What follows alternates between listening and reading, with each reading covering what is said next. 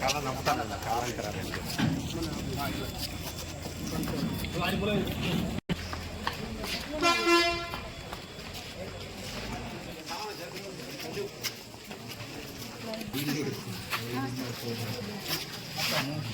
నమస్తే రమేష్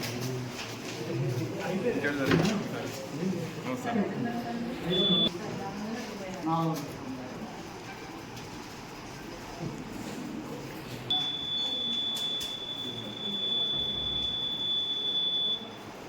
ఓకే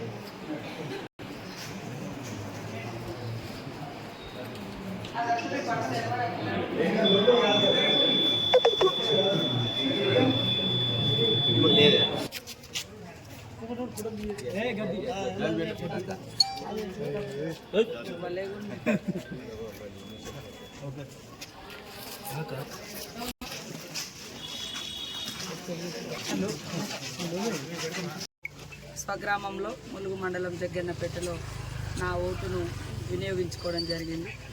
రాష్ట్ర వ్యాప్తంగా ఉన్నటువంటి ప్రజలు కూడా మరి ఓటు వేయాల్సినటువంటి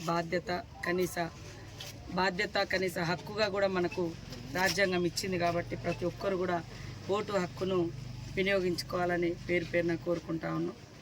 ఈరోజు దేశంలో కానీ రాష్ట్రంలో కానీ ప్రజల మధ్య విభజన రేఖలు, విద్వేషపు రాజకీయాలు వచ్చిన తర్వాత మనుషులను సాటి మనుషులుగా ప్రేమించుకోలేని సిచ్యువేషను, గౌరవించుకోలేని పరిస్థితి కల్పించబడ్డది. ఒకప్పుడు మధ్యయుగాల నాటి మరి విభజన రేఖలు మళ్ళీ ఇన్నాళ్లకు ఈ ప్రజాస్వామిక దేశంలో మరి ఓటు బ్యాంకు కోసం సృష్టించబడుతున్నాయి.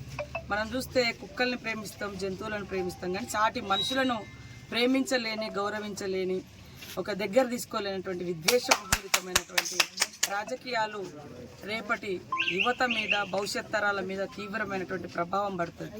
కాబట్టి మా రాహుల్ గాంధీ గారు గత కొంతకాలంగా ఈ దేశాన్ని ఐక్యత ఉంచాలి, అందరూ కలిసిమెలిసి ఉండాలని భారత్ జోడో యాత్ర నిర్వహించడం జరిగింది. అదేవిధంగా మనమెంతో మనకంత అనే విధంగా రిజర్వేషన్స్ కూడా జనాభా ప్రాతిపదికన ఉంచాల్సిన అవసరం ఉందని కూడా వారు పోరాడుతున్నారు. కొంతమంది మూఢత్వంలోకి వెళ్ళి ప్రతిదాన్ని, అంటే వాళ్ళు ఎన్ని ఉన్నా, ఎన్ని సౌకర్యాలున్నా, ఎంతో ఉన్నా పేదవాళ్లకు లేదా అట్టడుగు వర్గాలకు కనీస సపోర్ట్ చేయలేనటువంటి మూఢత్వంలోకి వెళ్ళేటువంటి పరిస్థితి కనబడుతుంది.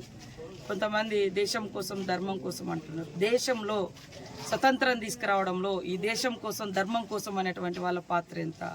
ఈ దేశంలో ఈ దేశం కోసం వారు చేసింది ఏంటిది? ఈరోజు దేశం అమ్మబడుతుంది. గతంలో మరి మా నాయకులు ఇందిరాగాంధీ కాడి నుంచి, నెహ్రూ గారి కాడి నుంచి మరి మొన్నటి వరకు కూడా కాంగ్రెస్ ప్రభుత్వం వందల వేల ప్రభుత్వ రంగ సంస్థలు నిర్మించింది, ప్రభుత్వ ఉద్యోగాలు సృష్టించింది.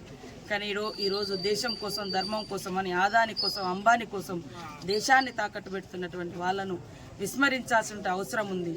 కొంత చదువుకున్నటువంటి వాళ్ళు ఇవాళ ఈ దేశంలో ఉన్నటువంటి వాళ్ళు ఎంతోమంది బయట దేశాలలో పోయి క్రిస్టియన్ దేశాలలో, ముస్లిం దేశాలలో, ఇస్లామిక్ దేశాల్లో ఉద్యోగాలు చేస్తున్నారు.